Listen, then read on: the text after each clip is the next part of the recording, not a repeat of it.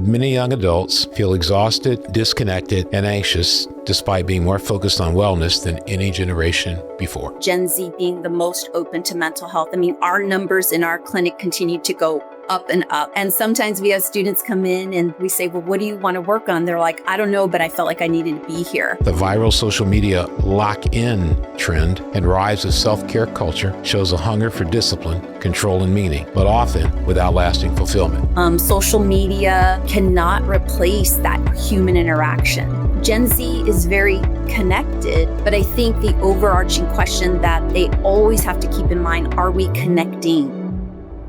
Today on the Deep Spirituality Podcast, our topic, the generation trying to heal itself. Joining me today in this discussion, which I think you're going to love, Liz Llamas and LMFT. Liz Llamas is a licensed marriage and family therapist with 24 years of experience and 17 years as a faculty counselor at Skyline College. She co-founded Cassie, a nonprofit providing school-based mental health services, and is dedicated to destigmatizing mental health and supporting student wellness across diverse communities. Also joining us is Dr. MaryAnn McGaret, RN. Dr. MaryAnn McGaret is a healthcare leader with over 50 years of experience, including 25 in the military. With a doctorate in the psychology of leadership, her research explores loneliness, leadership, and team performance. She's passionate about emotional intelligence, mindfulness, and lifelong learning for lasting wellness. Trust me, you're going to enjoy this, and it's going to help you not only help yourself, but help others. Please listen in now, the generation trying to heal itself.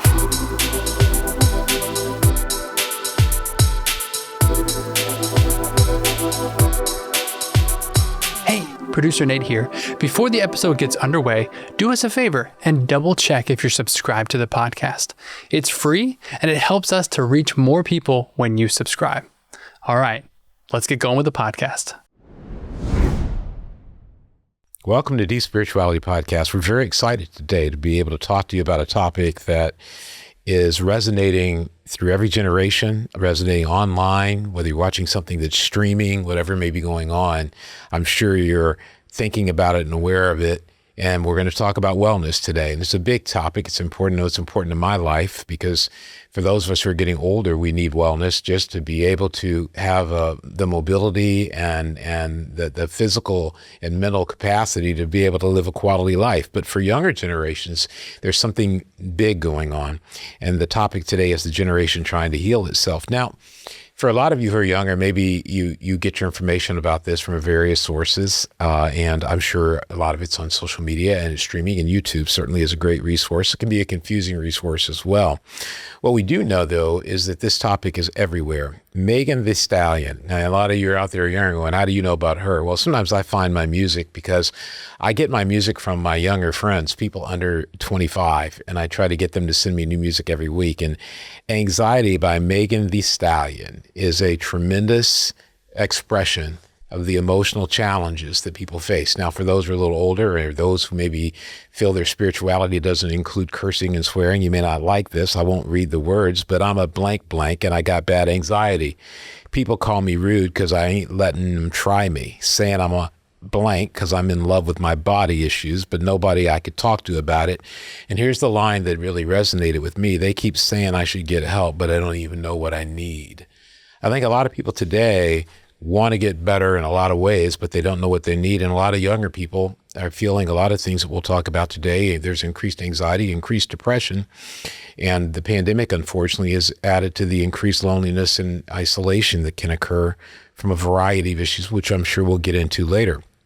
Now, John Feuerstein, he's from Michigan. And a lot of people will go, who is that guy? Well, he's NF, and he had a song called Search. Now, he's got billions of streams, and he's a pretty incredible guy. And since he's from Michigan, I'm really into him. He says this, yeah, the sales can rise. Doesn't mean much, though, when your health declines. See, we've all got something that we trapped inside that we try to suffocate, hoping it dies. Try to hold it underwater, but it always survives. Then it comes up out of nowhere like an evil surprise. Then it hovers over you to tell you millions of lies. You don't relate to that? Must not be as crazy as I am. The point I'm making is the mind is a powerful place, and what you feed it can affect you in a powerful way. It's pretty cool, right? Yeah, but it's not always safe. Just hang with me. This will only take a moment, okay? Just think about it for a second. If you look at your face every day when you get up and think you'll never be great, you'll never be great, not because you're not, but the hate will always find a way to cut you up and murder your faith. Today, the generation trying to heal itself is about many young adults feel exhausted, disconnected, and anxious despite being more focused on wellness than any generation before. The viral social media lock-in trend and rise of self-care culture shows a hunger for discipline, control, and meaning, but often without lasting fulfillment.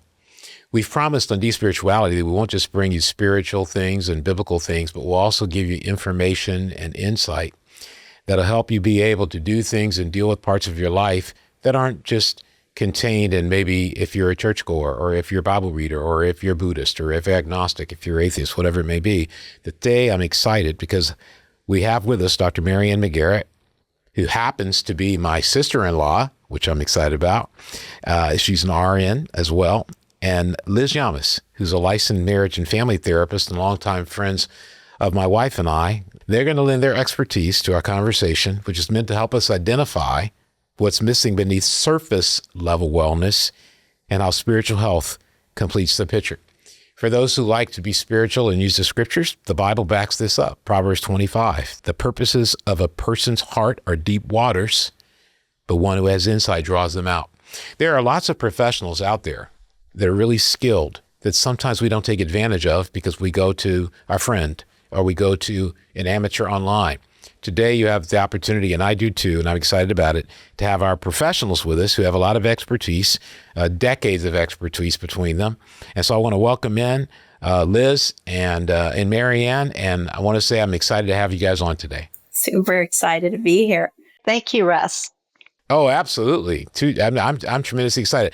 I just want to get your perspectives, and we'll start with MaryAnn.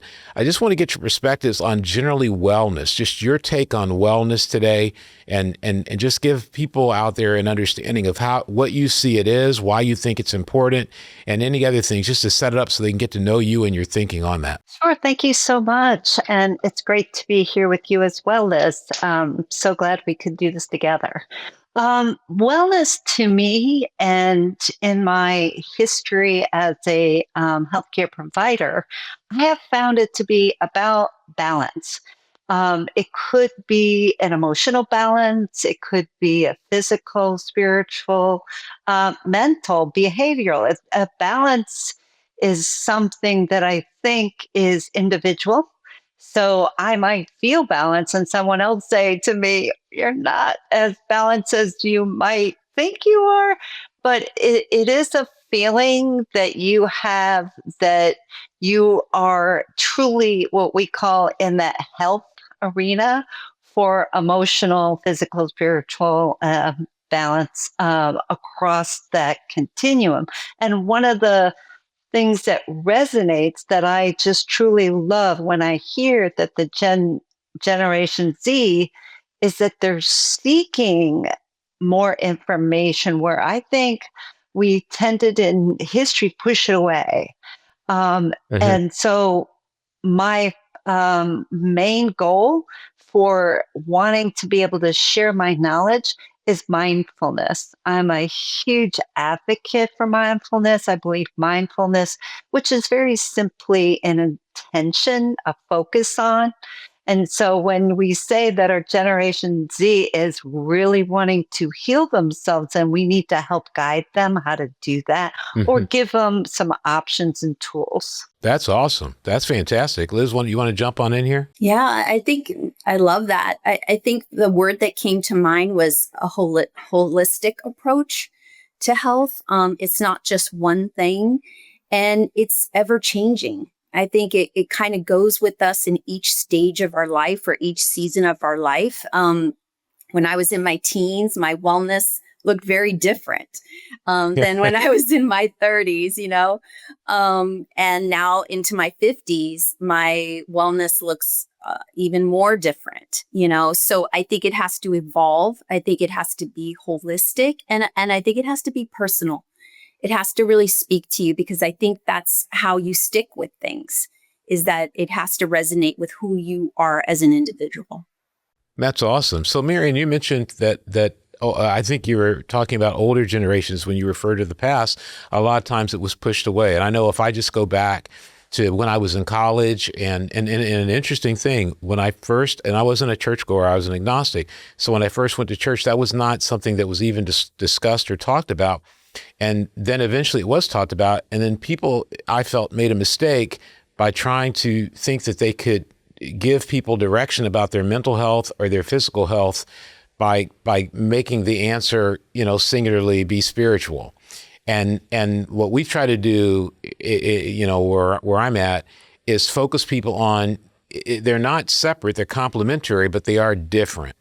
I'm wondering if the older generations need to think differently about wellness, and maybe you could speak to that so that they can maybe learn a little bit before we even get into it from this younger generation who seems much more comfortable talking about it, identifying. Maybe they're a little, I think maybe they're a little bit too enthusiastic about applying a label to themselves all the time.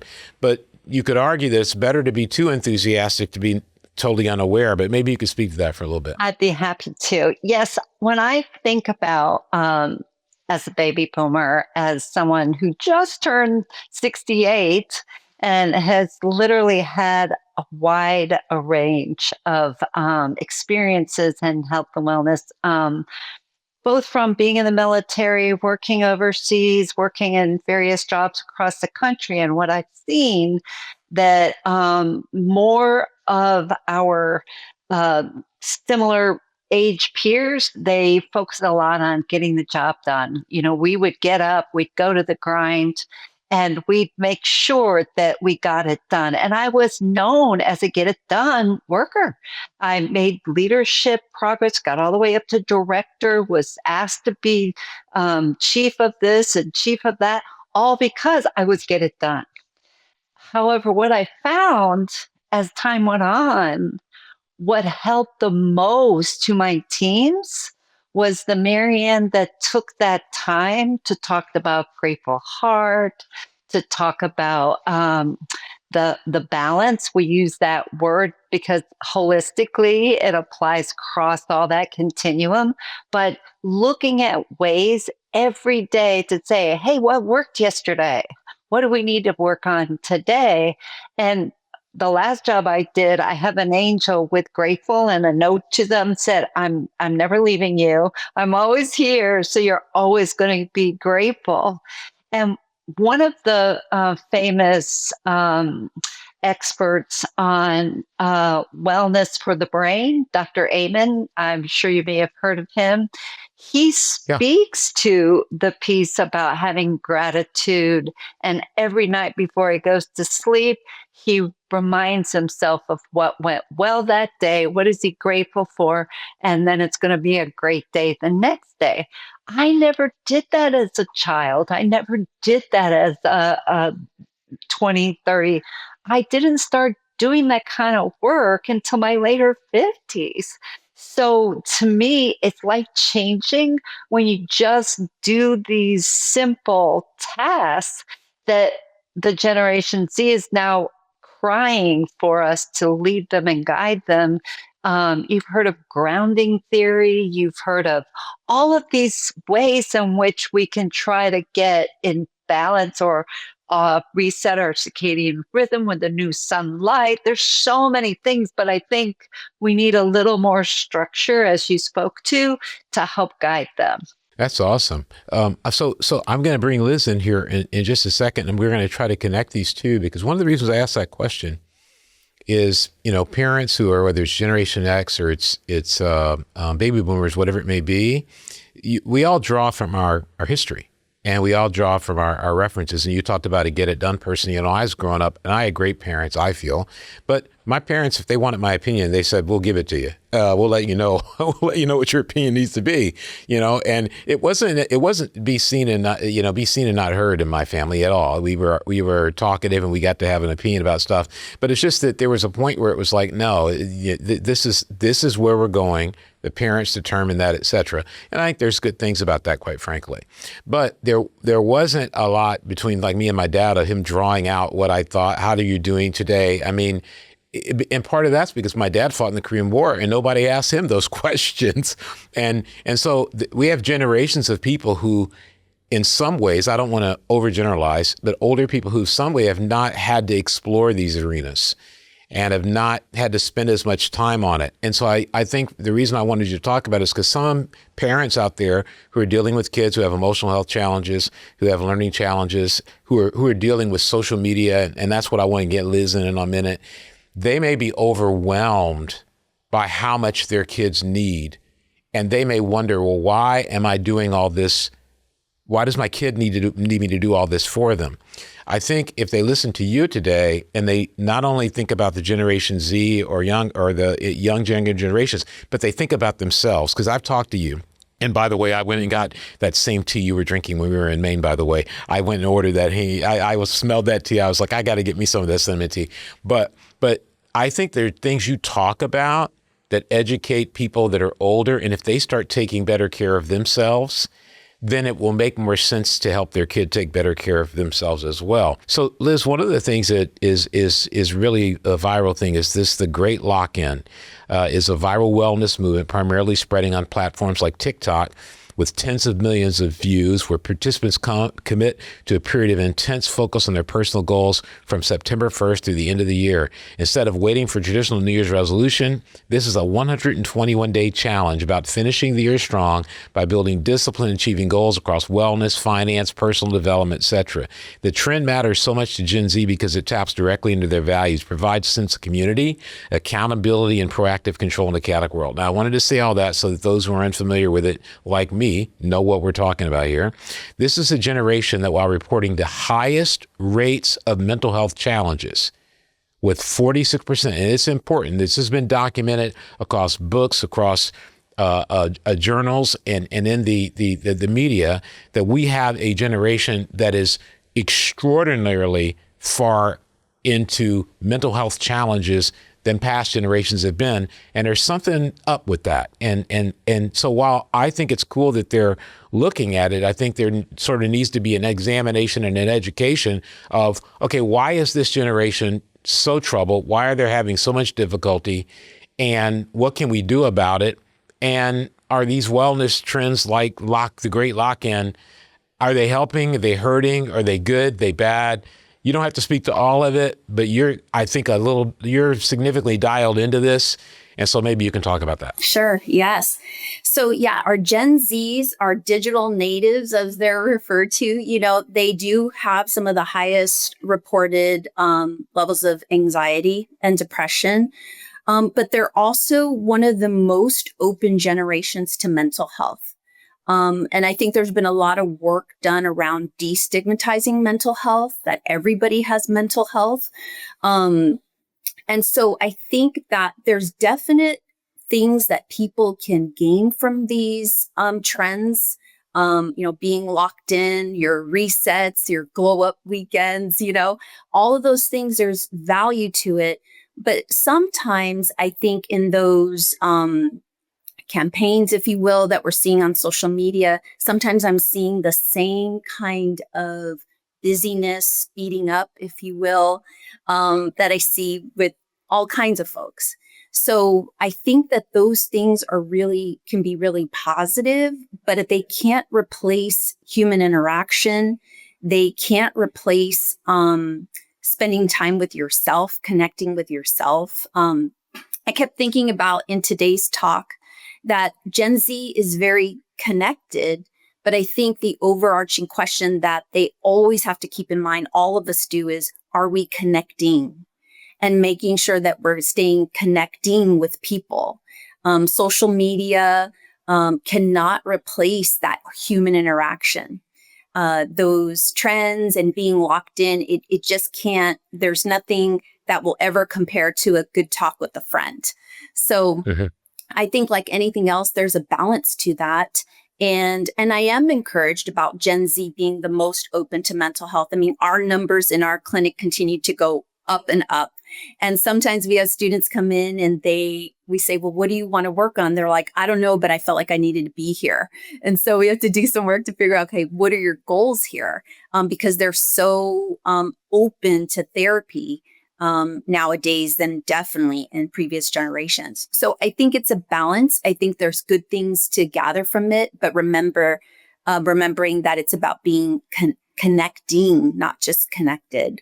Yeah, I want to take a perspective on that some people push back on this, and they would say that it's not good that kids see the answer to their daily anxiety and their daily problems is I need to show up at a therapist's office, and they would underline that. And I'm gonna, I'm not saying all these people say it, but if you look at the work done by Jean Twenge, The Narcissism Epidemic, and other books she's written about the generation that's online, and one of the great critiques by Abigail Shire, who's a journalist who some people don't like her perspective and some people really like her perspective. She specifically writes in her book about a young lady she interviewed who said she has a tremendous number of friends who are on all kinds of medication, that have anorexia, that have bulimia, that have anxiety, that have depression, and that have been seeing therapists for, since they were like 10. There's also data that says that some people are ending up seeing therapists and being put on meds when they're under 10.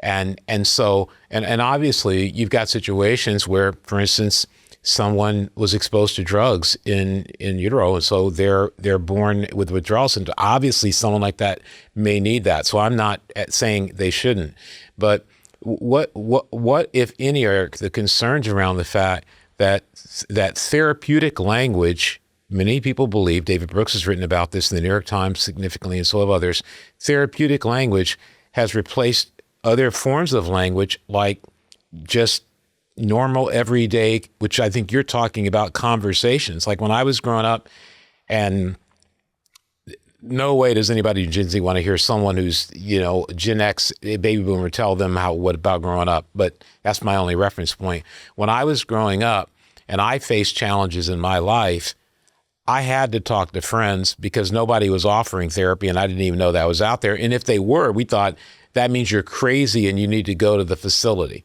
That's how we saw it. In the same way we saw special needs kids. That means you're retarded and I don't know what's going on. And I'm not using that word in a positive way. I'm using it in a negative way. And I hate the fact that it's been lifted up again and people are using it carelessly. But I don't know how to think about that, because I see kids in what I do every day that need medication. It's obvious, but they don't want to take it. They need therapy. It's obvious. They've got depression. It's apparent. It's not like they're down today. It's like they have no control of it, right? And they disappear. So how does a parent weigh out when my kid is going through an ordinary struggle, but because they're hanging around their friends and using therapeutic language, they're using stress as a diagnosis for I need medication, when it's ordinary to have stress when you're at a midterm or a final. Mm-hmm. Does that make sense? Yes, definitely. I mean, I think that when we have students come into our clinic, we give a thorough assessment and we can tease some of those things out. Like there are students that come in that when we really peel back the layers, some of the issues that they're facing is because they don't have any friends. There's not a single person in their life that listens to them, or maybe they have a best friend who they game with that they've never physically met before. And I'm not saying those things are wrong. I'm glad there's some social connection, but sometimes, I sit there with students and I go, this is, I'm not doing profound work here. I'm simply sitting in a space with you, providing space and listening. And so, the professionals, we can tease some of those things out. And we think no relationships is a relational issue. And so I think that it's about having a conversation with your child around what is going on and kind of seeing if there's obviously, like you said, risk factors, suicidality, symptoms of an eating disorder, real impact to their daily activities of daily living, then sure, you definitely need to seek professional help and let them do that assessment. But I think it always begins with a conversation. And I think it always begins with seeing what else is going on in their life that they might be able to tap into before they do seek services. And the professionals, we do tease all that out. We don't keep people in therapy that don't need to be there, especially our clinic where we have so many students waiting. We can't, do that. But sometimes we also help them tap into our on-campus and off-campus resources, like a club, like a group, something where they can have that social connection. And we've seen a lot of progress made in just those simple things. So, and I'm going to come to you, MaryAnn, in a minute, because I think that there's some things that people can be doing that would help them with the anxiety and stress of their life and the depression in their life that aren't just therapy. Like one of my favorites is The Boss, Bruce Springsteen. And I've read just about everything about him, right? And it was apparent in his life that because his father had some mental health challenges that were fairly significant, he was afraid he would have them. And so one of his lead guitarists said, and I know a lot of people out there going, I don't even know who Bruce Springsteen is. Educate yourself. You'll be the better for it. But he talked about getting on an exercise regimen. He wouldn't drink or take drugs. One of his best friend, lead guitarist Miami Steve Van Zandt, he said that the shocking thing about Bruce is he's one of the unusual rockers who didn't do drugs, but he was always afraid it would trigger him going into something that he may be vulnerable to his mental health. So I think I'm going to come to you in a minute to talk about what are some of the things people can do to attack these that aren't just medication and that are complementary of the therapy. But to come back to what you said, Liz, I think you're saying, I hear you saying parents should not be afraid or other people should not be afraid of a kid going to see a therapist because not every therapists they're not looking for people that they can, have keep coming every week or to put them on medication. Now, there will be some who will say, well, but there's a monetary incentive for people to keep people on therapy. That's been well documented. But this is what I hear you saying is one, you said something very important for people to hear. At your clinic, this is how we do it. People have to go find the kind of therapy clinics and people that they can trust and feel like will really do a good job by them. And part of that I hear you saying is not someone who's sitting there looking for patients, but someone who's looking to treat your kid in the best way possible. And I love what you said about, and my wife, Gail, says this all the time, MaryAnn's sister, she says, a lot of people don't have any friends. The only friend they have is their therapist. And so you're saying that the therapy can be an off-ramp to be able to get into relationships, to find them. They can maybe help guide a kid to, hey, you need, let's turn these online friends into face-to-face friends or whatever. And then I assume, and this will be the last thing I'll ask, that I want to switch over to MaryAnn for some of this stuff. I assume that the therapist or psychiatrists don't do the therapy as much up here, obviously, but that the therapist, whether it's, marriage, family, it's a life social work, whatever it may be, that they can also coach the parent, especially of younger kids, on how to approach helping them with their friendships, stuff like that. That goes on, right? Oh, definitely. And it's interesting because at the college level, sometimes my colleagues are surprised at how much I might include a parent, not always a parent or guardian, but if they are supportive and I feel like I could tap into that, I will definitely use them in terms of helping their child for sure. Of course, with the buy-in of my student, of course, but I really do see parents as an asset. They are the support network. And when I have a situation going on, they're the people I'm usually mobilizing. And so, they can absolutely serve a great they could be a great asset to helping to fulfill some of those goals that their child has, for sure. This podcast episode is brought to you by The Chemistry Lab, a newsletter on deep spirituality. What if I told you that every Christian can have a superpower? No capes, no gamma rays. In The Chemistry Lab, we discovered these aren't just feelings. They're abilities, supernatural gifts that transform you from the inside out. Galatians 5:22-23 lists them all out for us. Think of it like this. You need kindness and action? That's the ability of building relationships like Captain Marvel. You need faith that prevails? That's the ability to adapt and endure like Thor. You need peace that subdues? That's staying cool under pressure like Captain America. Whatever internal storm you're facing, whatever external obstacle is in your way, it is not too hard for God. So, what superpower do you need in your life? Who will you become when you let your walls down and let God's power in? Take our quick quiz to find find out. Your results will match you with the Avenger, who has the specific superpowers you need and direct you to the exact Chemistry Lab edition that will help you start conquering today. Check out the latest issue of the Chemistry Lab newsletter on Deep Spirituality. Visit deepspirituality.com/subscribe today. Link is in the description below. And while you're at it, subscribe to this podcast too. Now, back to the conversation. But one of the things to think about, MaryAnn, is that and you've told me some things that I've taken in and put to work even since I last saw you. But you talked about grounding and other things like that. I think sometimes all people of all generations don't have confidence that if I go do some of these, if I go and figure out what supplements do I need to take, if I do some of the mindfulness things, which I've seen, I've worked with people who are in college, who they go to cognitive behavioral therapy, and they come away and go, I don't have time to do those things they asked me to do. And then people go, oh, cognitive behavioral therapy doesn't work, when we know that it's one of the more effective things for a variety of issues and can also avoid medication, which I'm not against medication. I'm for it. It's just, it's not appropriate for every situation.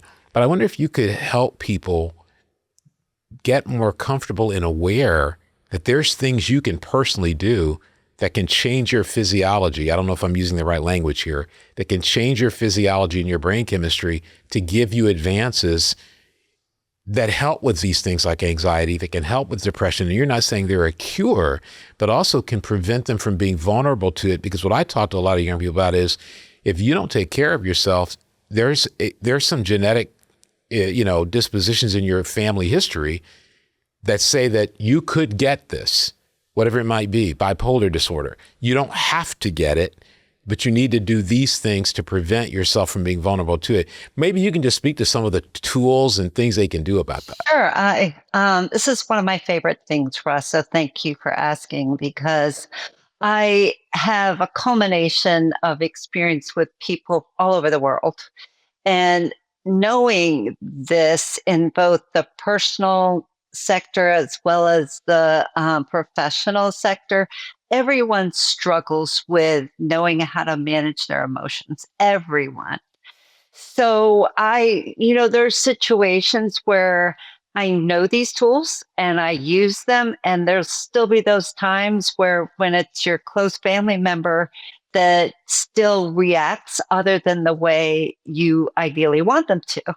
So learning the simplistic way to manage your emotions, and we've heard of it called, Daniel Goldman had that very famous book about emotional intelligence that most of us have either read or absorbed a lot of those tools.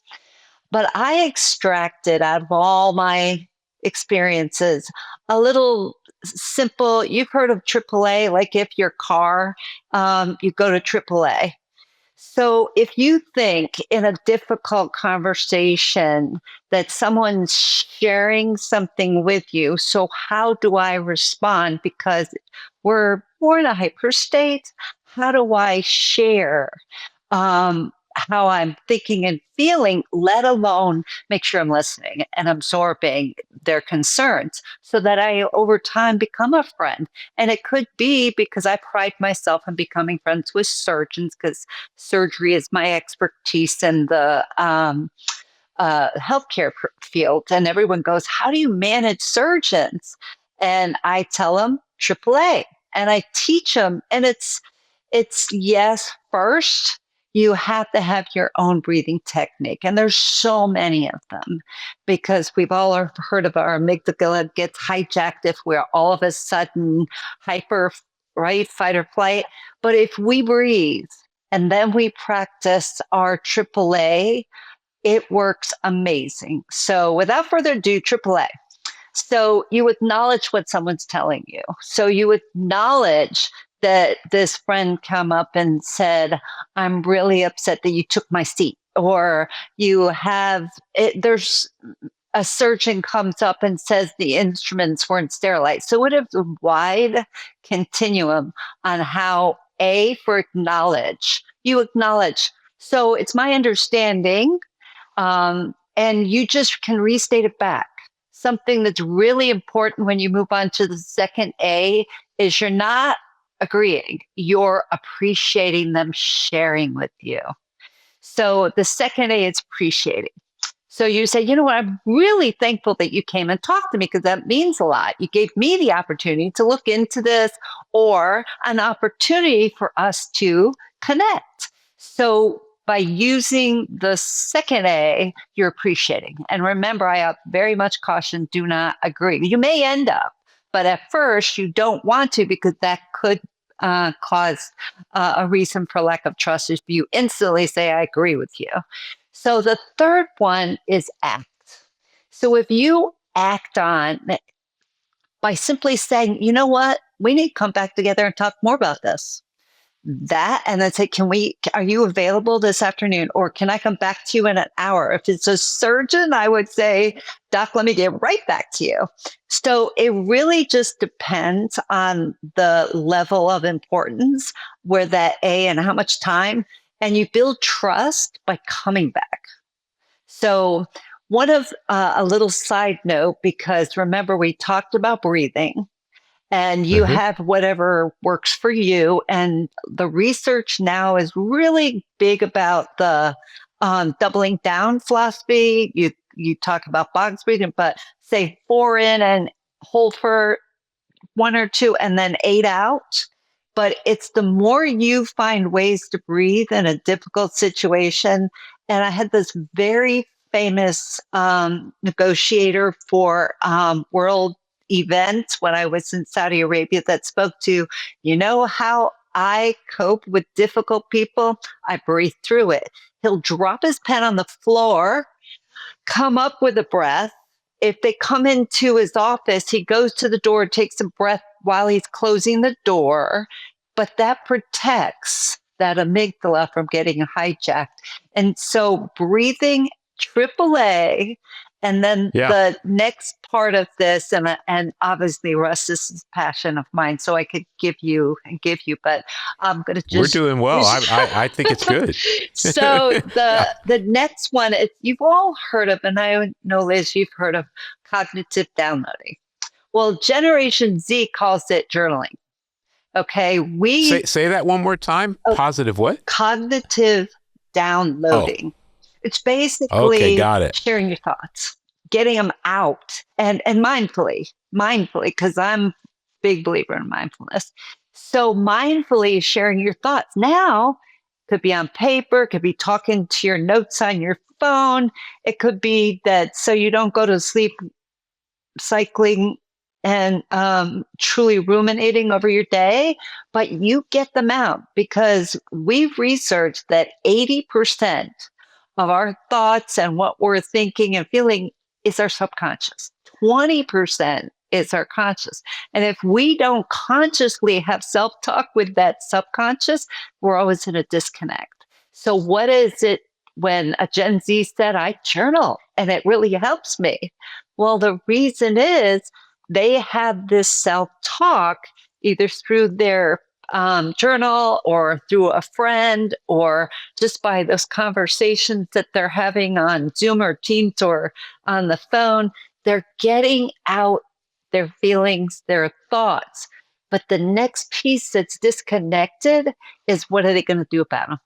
You know, it's okay to cognitively download, which is what is said. And Dr. Amen, the famous, he said, it helps us with ants, those automatic negative thoughts, but you don't attach an action, which AAA helps you do, attach an action, then your subconscious says, you know what, I'm going to spike your cortisol because I want you to act on this. And we find that push away comes back and haunts us. So through our journaling, our sharing, and we say, you know what, the first step I'm going to take is I'm going to make that call to the therapist. I'm going to go and set up a dinner with a friend. And even more simplistically, one of the things that I love is when I hear people teaching others how to say hello. when you learn, because some people are just very uncomfortable to say, hi, how are you? And just kind of keep moving, right? Yeah. But is it Yeah. genuine? Does that build connection when you're just coming across as not very authentic? So when you teach someone how to say, hey, my favorite statement, stay close to people that feel like sunshine. So it allows you to have that presence that people want to connect with, right? So when you're thinking about breathing, AAA, your journaling, whatever of these top 3 actions that you can take, you're thinking about them simplistically. I had a surgeon at my last place because they were really challenged with a lot of emotional because of trauma that had occurred. And the surgeon comes to my office about 3-4 weeks of being there, and he's chief of ortho, and he says, MaryAnn, I don't know what you did, but you're magic.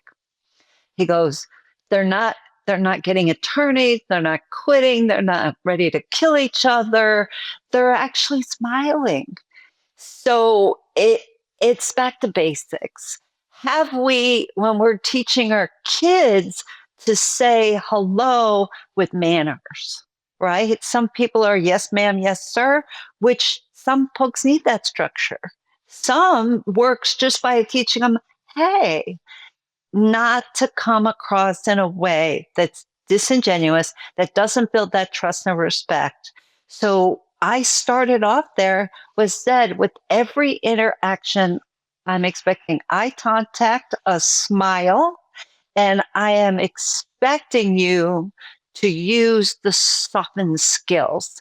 So this is the last one I'll give because you know this is my passion.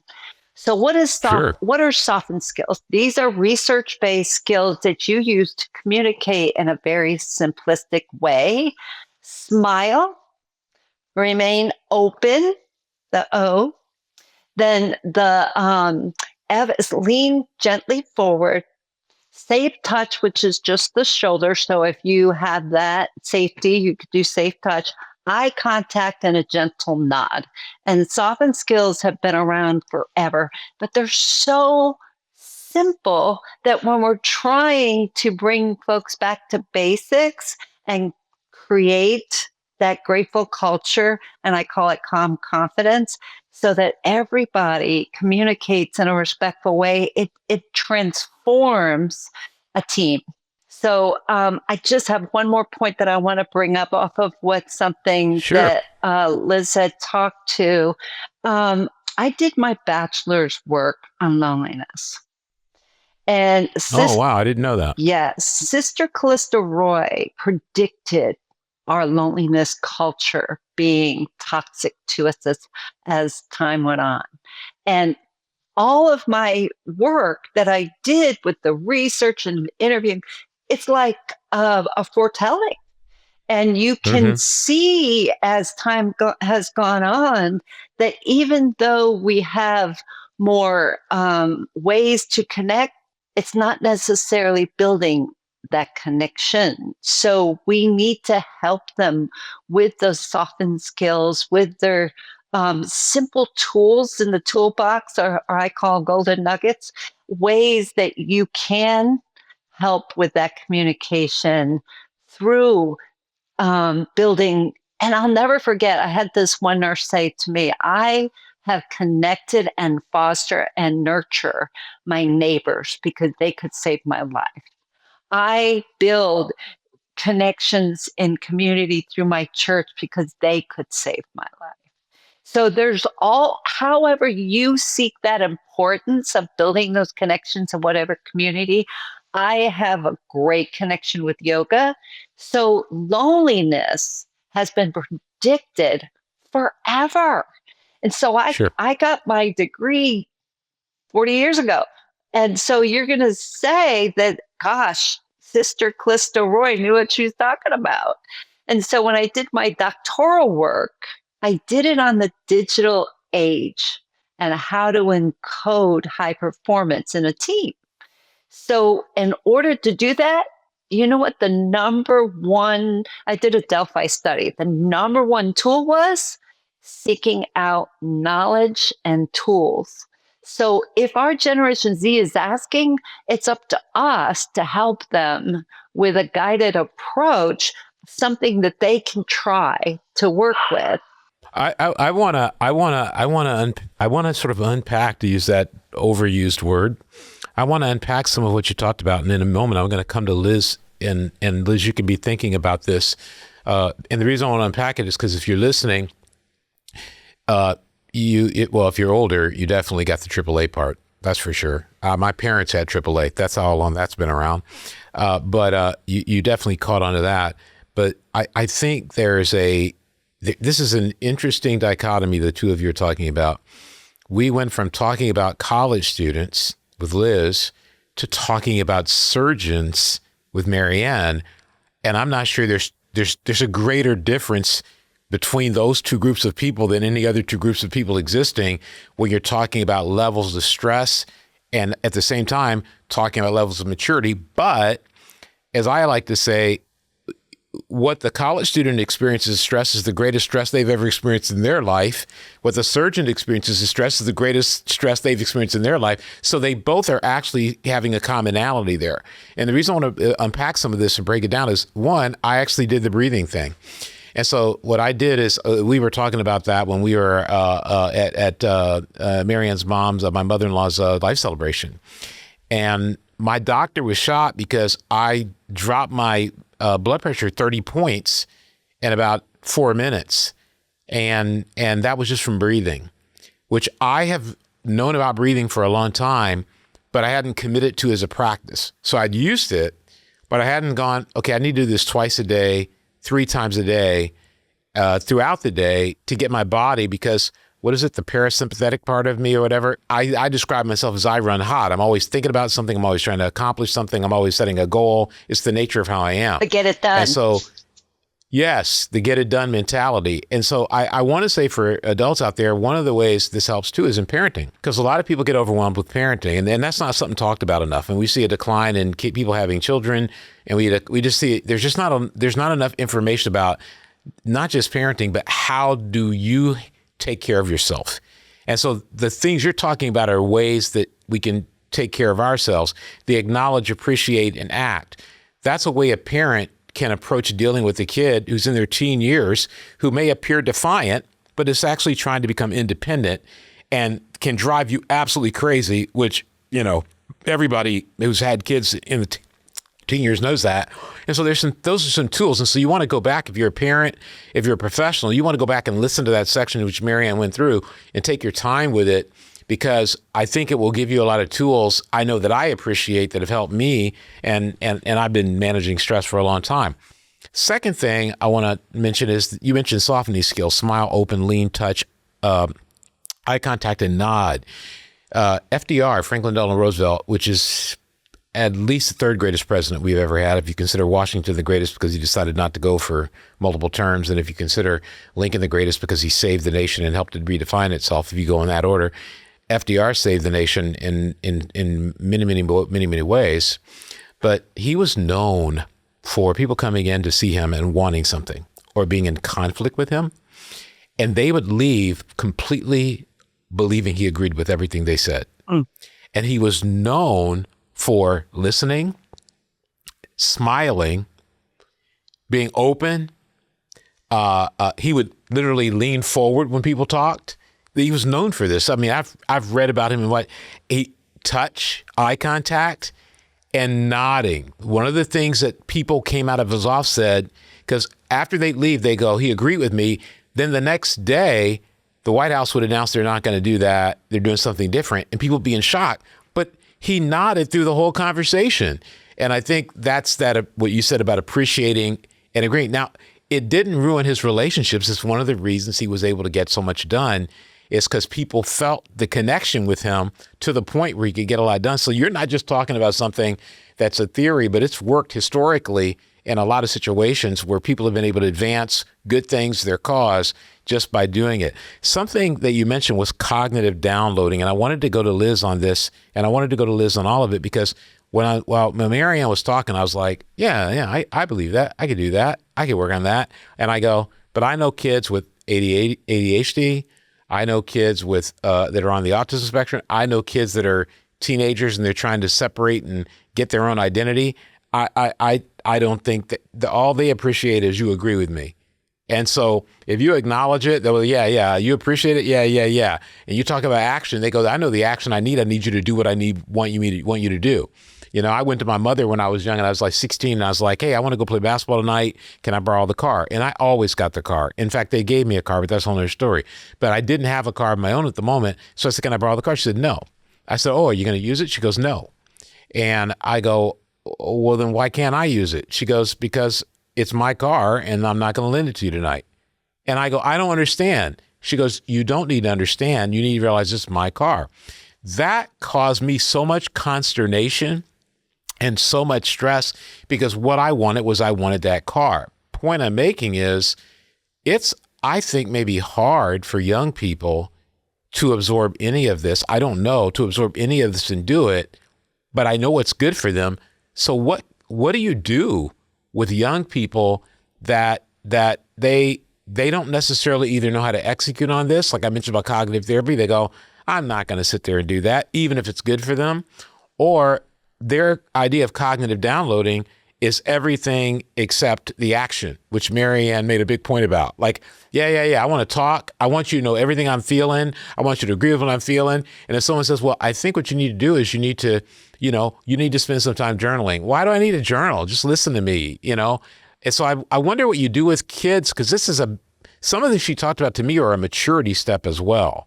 And a good one, but I'm not sure they all can make it. But you may say, no, they can do it, and they do it all the time. Just talk to us about that for a moment. Yeah, absolutely. So I think that the biggest thing that I see with people that I work with is, one thing we talk about a lot is finding the right technique for you.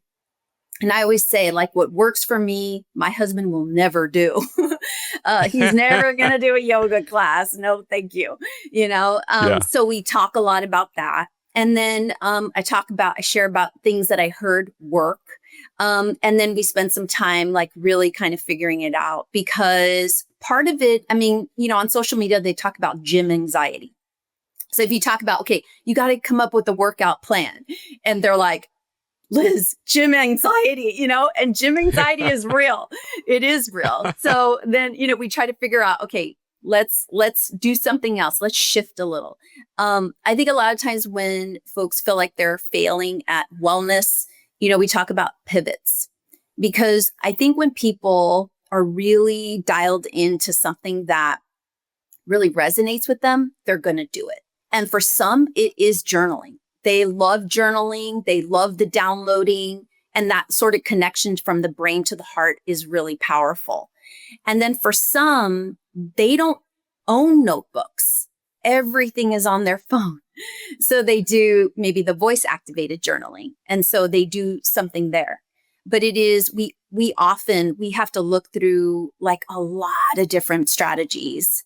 And then inaction is really important information too.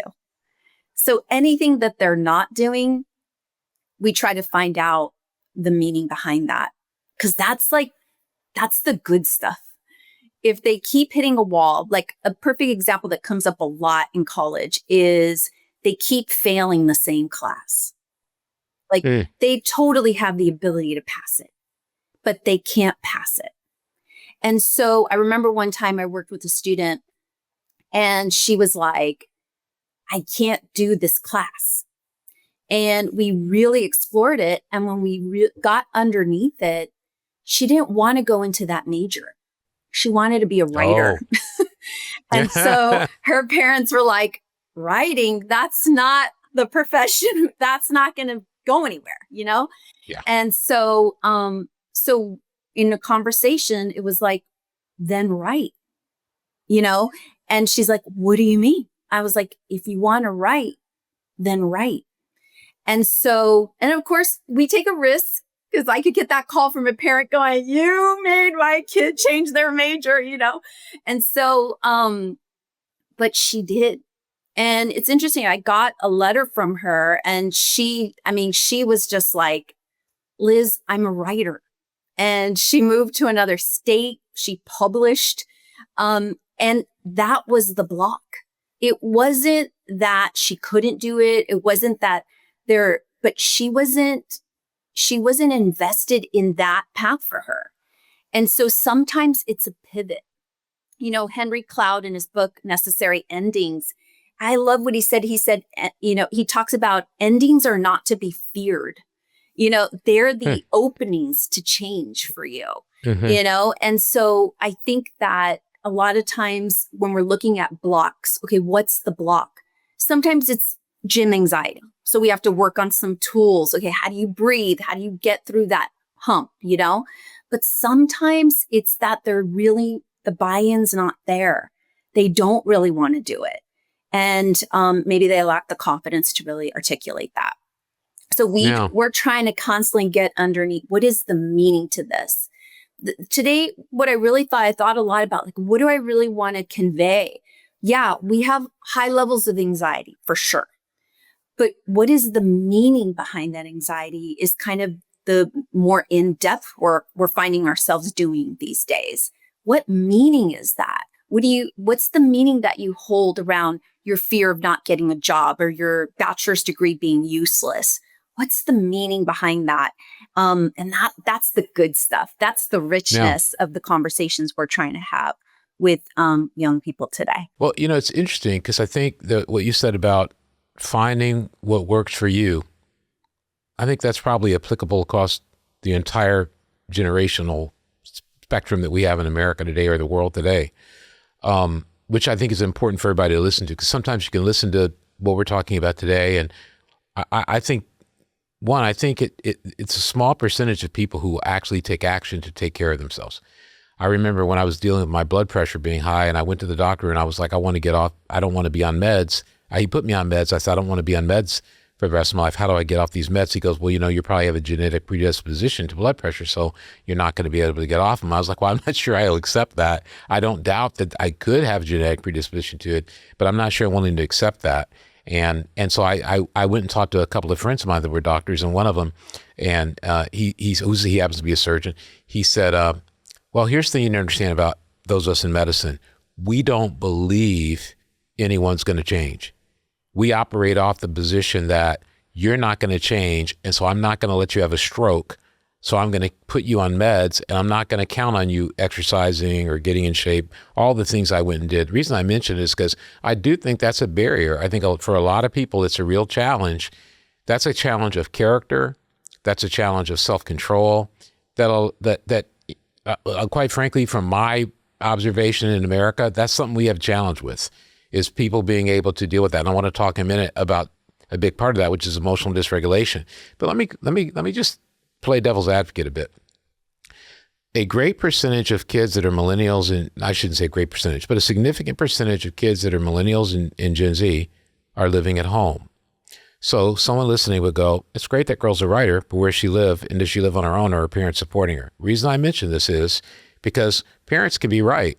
You're not going to be able to support yourself. And the kid does this thing, but the parents are paying for it. And I think that's a problem people have. And so one of the critiques I've heard people have is, yeah, I sent my kid to a therapist, and the therapist said, well, if you don't like the job, quit it. And they go, well, it took us a year to get that kid a job, and now you just in one fell swoop, you got rid of it. And so, you can't speak for all therapists. And as I had, MaryAnn mentioned Dr. Amen. Well, one of his sort of peer colleague type guys is Dr. Ruellis, who's been on the podcast. And one of he and I were talking once, and I said, yeah, I've heard this about therapists that have given this bad advice. And he said, well, Russ, you're in the ministry. And he goes, there's bad ministers, right? I go, yeah, I've been one of them sometimes. And he goes, well, there's going to be therapists who aren't as good as other therapists. And what's funny is that never occurred to me. It just never dawned on me that, I know there's different doctors. I know that, but it never occurred to me. So what I would say, and I think that story you said is inspiring, so I'm not even questioning the story. I think I just want you to speak to the audience that says, well, hang on a minute. This is what I'm afraid will happen to me. And right now, and I've got statistics from a new book that's come out by Scott Galloway, Notes on Being a Man. And he talks about the significant number of men who are living in the basement at home, alone, being supported by their parents. And I think some of those things are shocking. Now, what you're talking about actually is a little different. And I want to explain to the audience, I'm not questioning that story. It actually inspired me. But I went, not everybody's going to have that drive to go be the writer and publish a book.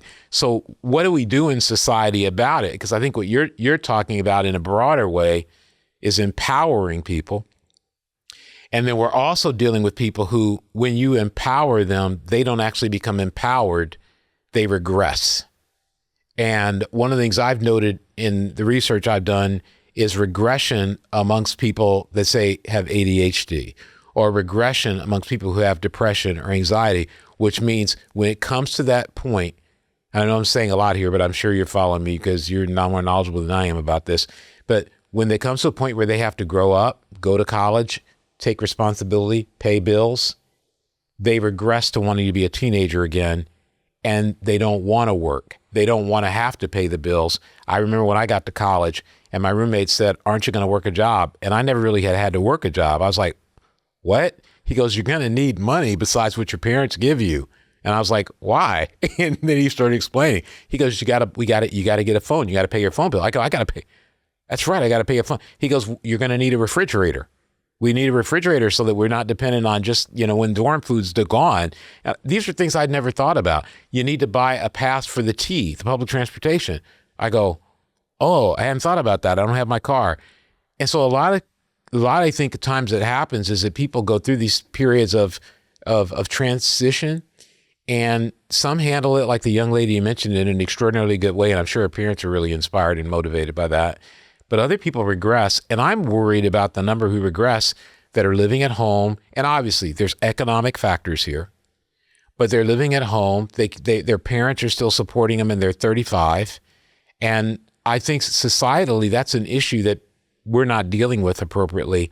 And I'm wondering what you think about that and what's wrong with my view, or what's wrong with that devil's advocate's view. Yeah, I mean, there's nothing wrong with that view. And certainly we know in terms of like even college enrollment that, the numbers of men is, it's declining, if you will. We're seeing that the women are, outpacing the men. So I think those are really real concerns with the overlay of real significant concerns about the economy, housing prices, like you mentioned, being so staggering. I mean, Gen Z is a very transient generation as well. I just read a statistic about that. On average, they're moving every 2 years based on housing costs, So, which also going back to the whole concept of being connected, that could be really difficult. I do think there is a balance. I do think that somebody who's not able to move through the developmental stages in their life, that has to be addressed. But how it's addressed is tailored to that person. And I think that the concept of success is very personal. And what success means to one person is not success to another. I don't think Gen Z is particularly inspired by a workaholic mentality. They prefer much more work-life balance. And that's something I've been really fascinated with, because you have some tech companies talking about the 996 schedule. And I'm like, and who's going to work that? Because Gen Z they're not inspired by that. They're inspired by good mental health. They're inspired by wellness and work-life balance. So I think how we define success matters, and it's individual. And maybe that young man in the basement is the caregiver to his ailing parent. We have to ask ourselves, is that not being successful, or is it being successful? Yes, but you do want people to be progressing developmentally if that's what's important to them. And part of the work is really, I think one of the hardest questions that people get stuck answering is, what do I really want in my life? And that's really important. What do you really want? What does success look like for you? For some people, it is the big house and the kids and all of that. And that's great. And for some people, it's not. And how do they define their own life and write their own story? And I think that that's, to me, wellness, both societally and individually. Oh, I love that so much. And the reason is because, I know for me, like my daughter's, I've always been like a school kid. My mom was a teacher and all that. So school was a system I understood. I landed in the seat and I was like, oh, I get this. I'd already read all this stuff in first, second, but it took me until I got to fourth grade before I saw a book I hadn't seen before that my mom hadn't already brought home. The reason I'm saying that is some people just acclimate to these systems very easily, and therefore they can follow the trajectory that's traditional, and it doesn't cause them any discomfort. I don't think I felt a single bit of discomfort till I got to college, and that was because I had more freedom to go mess up and do dumb things. But I say that to say, that definition of traditional success was easy for me to adjust to. I knew lots of people who weren't, but the difference is, and I hope I can travel these thoughts because I want to get MaryAnn to tell me how, I don't know any way to say it, how to get that guy out of that basement. That's what I want her to tell me, how to get that guy out of that basement. But I want to say, I had to in my own life sit down and say, what do I think success is? And what do I think really matters in the long term? And as a parent of special needs kids, I even had to redefine it again and go, what is a quality of life? What is a whole life? And what is a valuable life? And so it made me redefine that and go, hey, everybody has their role in their space. And what you did with that young girl, that's exciting. And I'm guessing, because it's happened with me and my parents, it unlocked with her an ability to communicate to her parents, I'm not trying to find a way to not earn a living. I'm trying to follow a passion. And Scott Galloway, I mentioned him earlier, says a lot, that you won't sustain a career if you don't have a passion for the career. And it's better to live in a small apartment in a cheap area and do what you'll keep doing than to, live in an expensive place in like Manhattan or downtown San Francisco and quit what you're doing in 3 years or feel like you don't have a life and crumble. And so I think that's important. I also think that for those who are listening, it has always been true that there are different tracks. And some countries, I think, do a better job with this than we do of helping people align with, I'm not that I'm an expert in Germany, but if I'm in Germany, I can know I can travel this academic track and get my MBA, or I can become an expert manufacturer. And the complex challenge of being in what we call a factory, but which is really 21st century manufacturing. If I get that job, I'm going to make a tremendous amount of money, but I'm using my talent and my skill. Put a hammer in my hand, I'm just going to hurt myself. Put a hammer in someone else's hand, they're going to build a house.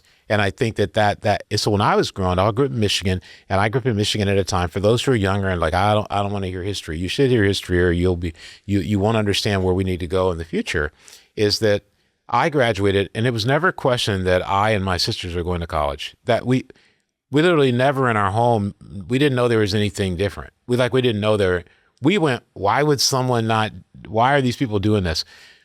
I had friends who went and worked for the car companies or worked for their dads who owned their own small business, who they owned houses, and I was still not out of college. And the reason I'm saying that is they found success in building great cars, great homes, or supplying the infrastructure of plumbing for houses. And I respect them to this day. They had a great life.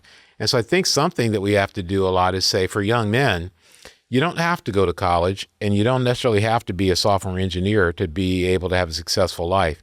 And I wonder sometimes if young men, we've neglected them as we've tried to help young women finally get an opportunity. Instead of helping young women and helping young men, we've left the young men behind. And that's some on men, honestly. I think that's a big responsibility for people like me, which I'm going to be talking about in the future. So I appreciate what you're saying. And this podcast episode is brought to you by The Chemistry Lab, a newsletter on deep spirituality. Runners call it hitting the wall. That moment your legs just can't go on. You're done, physically unable to take another step. We hit our limits too. No matter your willpower, some struggles feel insurmountable. But God, He sees those moments of weakness differently. He sees them as the perfect place to meet you most powerfully. Like in Zechariah 4:6, God says, "Your help will not come from your own strength and power. No, your help will come from my Spirit." A runner needs fuel. We need humility, admitting our strength has run out, that we need God. When we walk with Him, our weaknesses become His strength. He makes us stronger, empowering us to conquer our limits and not be conquered by them. In our Chemistry Lab series, The Psychology of Walking with God, we learned how. Take our new quiz to learn how to develop your spiritual power and find out where to start. Check out the latest issue of the Chemistry Lab newsletter on deep spirituality. Visit deepspirituality.com/subscribe today. Link is in the description below. And while you're at it, subscribe to this podcast too. If you've made it this far, I know you want to subscribe. Now, back to the conversation. And for those who are older too, we're reaching that point where some of us, am I going to retire? When will I retire? What am I going to do with my life? And I think people that are older can lose their identity and their sense of confidence and their sense of well-being and not be able to move forward because they have only a work definition of success and not a life definition of success. Now, what MaryAnn is good at, I think, in my conversation with her, is being able to help people find motivation to do whatever it is that they need to do. That's why she was able to convince me to go do breath work. Like she tapped into, hey, I can tell you're this kind of person. It was nothing critical, but I can tell you this kind of person, you might want to try this. But then she spent 10 minutes talking about what she does. And she motivated me by talking about what she does and the progress she's made in certain areas. And I was like, I can get that. I get motivated when someone's ahead of me in an area. That's just how I function. I'm like, oh, you're good at that. I'm not good at that. Now I know how to get good at that. And I may not be as good as you, but I know how to get. MaryAnn, what would you say? And I know we're covering a lot here, and we're going to finish it up. And I hope you both will come back again because there's a lot more that I have here that I want to ask about.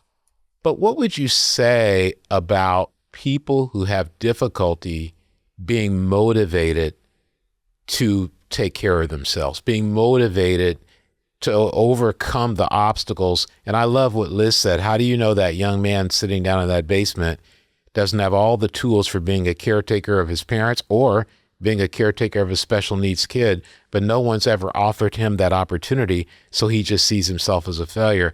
But what sort of mindfulness stuff, what sort of mental gymnastics can you tell people they could do to begin to I believe in incrementalism, incrementally get to a place where they don't have to feel ashamed, embarrassed, and less, but they can go, I've found who I need to be. And I want to tell a quick story here. There was a young man, I was actually speaking at church, and I was talking about, I was addressing self-hate, and which is something I've never dealt with in my life. Like I grew up the opposite, so the delusions of grandeur. But I was addressing it, and I said, everybody has ability and everybody has something they can do. You need to find it. And so this kid came to me, and he was joking about it. And I said, let's not joke for a minute. What are you going to do with your life? What are you going to do? Because I don't know. I go, what do you like? He goes, I like art. And I said, well, the next time I see you, I want you to have a plan. I want you to have something you can at least say you're going to do. The next week I did a follow-up talk about it. And he came up to me and he said, I was smiling through the whole thing. And it was a pretty tough message about become a little bit more get it done oriented, right? And he said, I was smiling the whole time. I go, I'm amazed. He goes, because I started thinking, I can do this. I can do this. And he goes, I want to go into art. I want to do graphic art. And I thought, that's not like a lot of time I put into talking to this kid, obviously, but he just needed someone to say, you can do something with your life. Pick whatever you want. A little bit like you did, Liz. Like his dad does something else. I go, you don't have to be that guy. Be you guy, but do something that you're going to love. And so, MaryAnn, how would you talk to people, even as we sort of close out and say, look, how can I package all that we've heard today and start to make some progress and get some victories under my belt and even have my life be able to move in a positive direction beginning today? Oh, great question. Our 17-year-old granddaughter, 14-year-old granddaughter, I think that was the most time you get to spend with the two of them. Well, the kind of challenge for their parents is they're very different. One is very motivated. She's going to do this and do that and straight A's, and she's got all honors classes, and she is definitely on a high level path, right? The other one, the social butterfly who said, oh, I'm going to live with mom forever. And so when you spoke about this, it resonated. Well, they went visiting colleges. And when she stopped at this one, FAU, and she fell in love with it. So if you heard her dad talking with your other sister-in-law, who is also an educator, he's like, what do you think? Should I let her? 4.5 hours away. This is the one who was going to live at home forever. And she is so motivated. She has never been a straight A student. She now is. Yes, they changed, which I love this because I asked her, how are you balancing a sport? She's the water manager for the football team. She has so many activities. She says, well, in class, they teach us for a half hour and we have the other half hour to do all the exercises and the homework. And I knuckle down and get it all done because I know I have all these things later in the day. So it's so cool because she is progressively learning rather than just expected to go home when she's tired and learn at the end of her day. So she has been told, if you want, you must. And so they said, okay, you want to go? You got to get a 29. I guess who got a 29? Her parents are like, she got a 29. And the friend of hers who she wants to go with her got a 23. So on the ACT, so that she can then get all the points. Wow. Well, remember it was a 4.0 world. It's now a 4.6, a 4.7. Everything's weighted based on the honors classes. And you may not even be a senior because you're going to graduate as a junior because you're on the path to college. So everything is like, what? This has just been catapulted into a different world. And I hear all of these parents going on and on. 65,000 applicants for University of Florida. They accept only 18% of that or some low. And they all know if they don't have close to a 4.7 plus having been on this committee, done this community service, been a part of this progress and change, all of that has to be demonstrated in order to even be considered one of those finals to get in. So in Florida, because of the bright minds, they have that path where they have these characteristics, right? So if you achieve these things, you have a chance to be elevated because you're a Florida resident.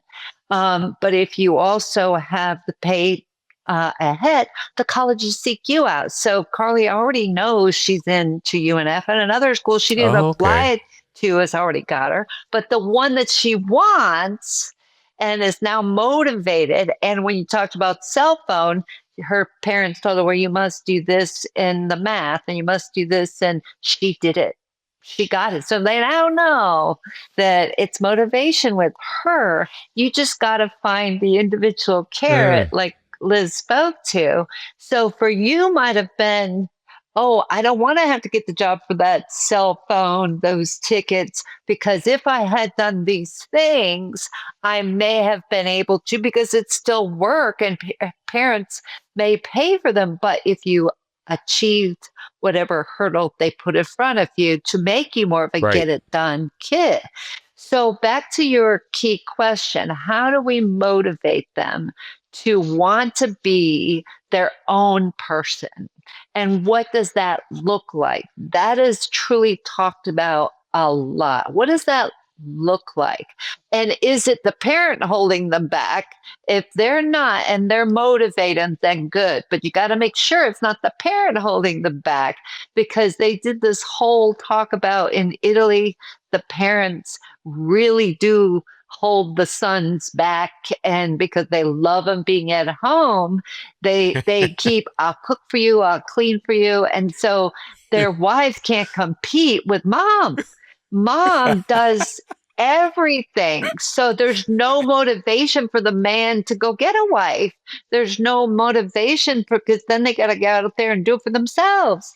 Oh So boy. yeah, so it's understanding that full environment first, right? So we understand where is the mindset of the parent, where is the mindset, and where do they see themselves? And that's my favorite question: is where do you see yourself in 2 years?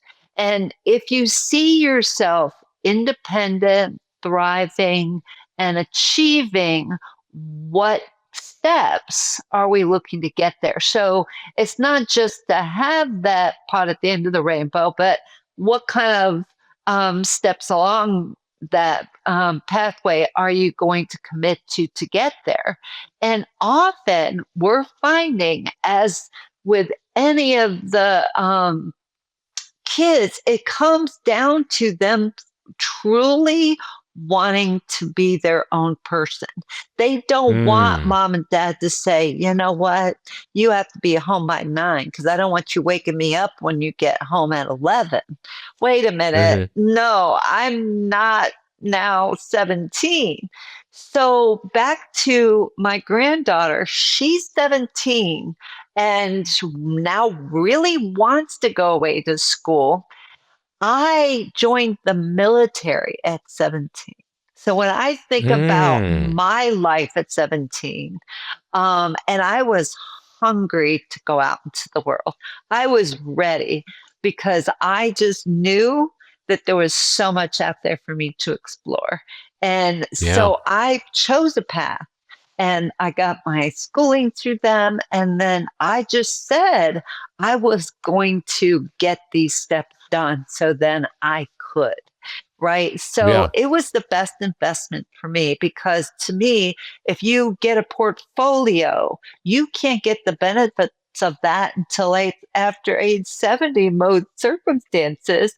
Um, Whereas with the military, as long as you put that 20 in, you start getting that Yeah. retirement and you start getting that value.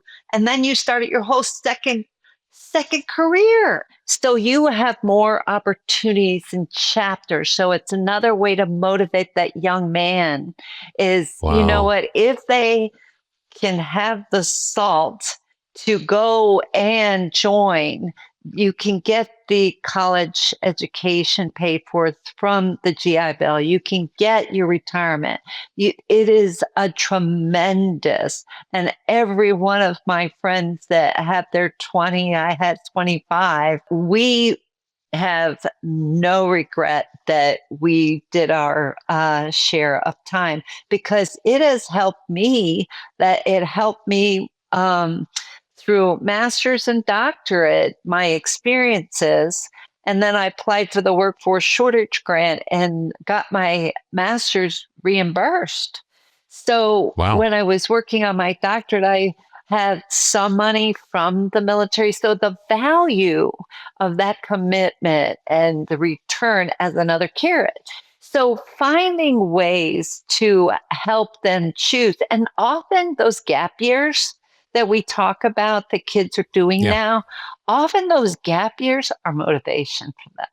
So I just finished the walk across Spain, the 500 miles in June on the El Camino pilgrimage, and met so many amazing college students doing their gap time, loving that walk for that reason. And now they know if I can do this, I don't need to live at home.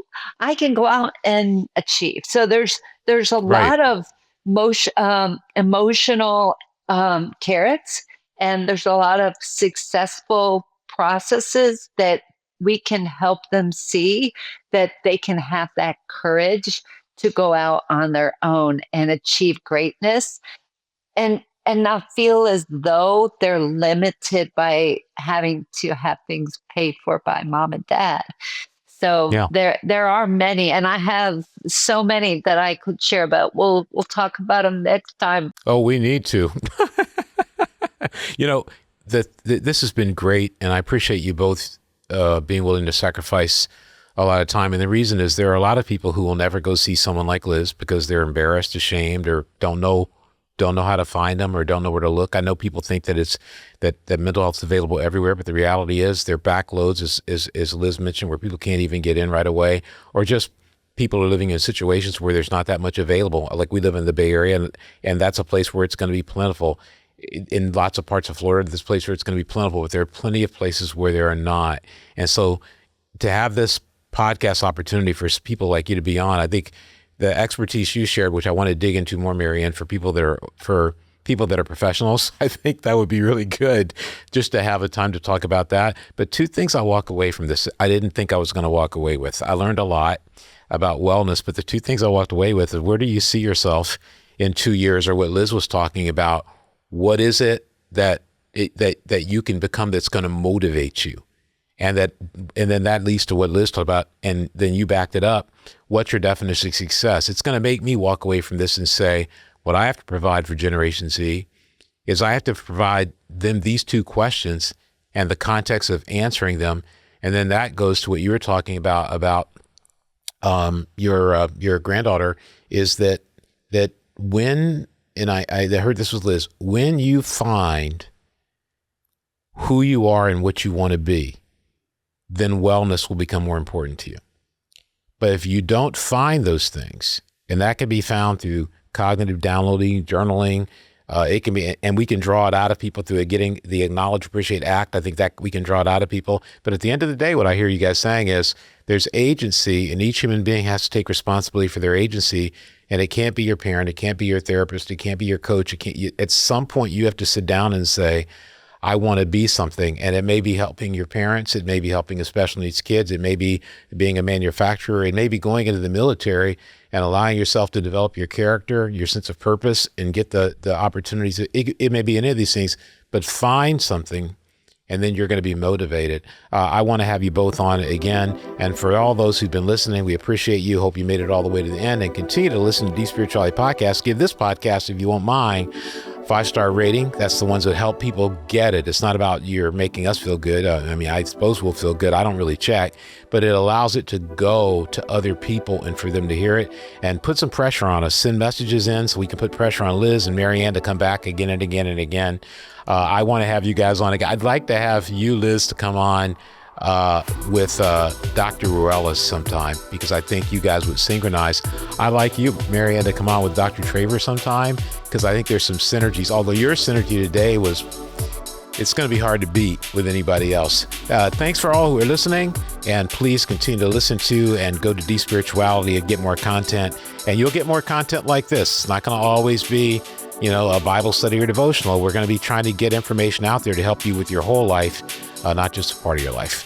Thanks again.